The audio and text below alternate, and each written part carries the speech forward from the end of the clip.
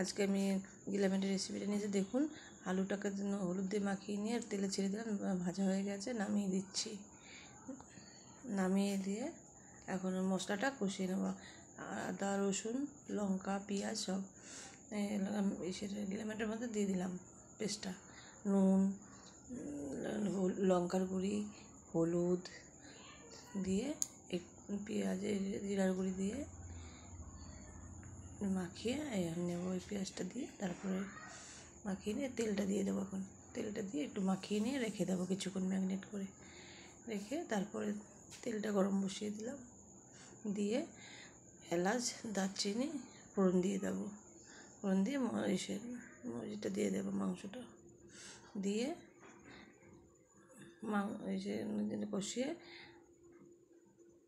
জল দিয়ে দিচ্ছি। জল দিয়ে আলু দিয়ে দিলাম, আলু দিয়ে ঢেকে দেবো। ঢেকে দিয়ে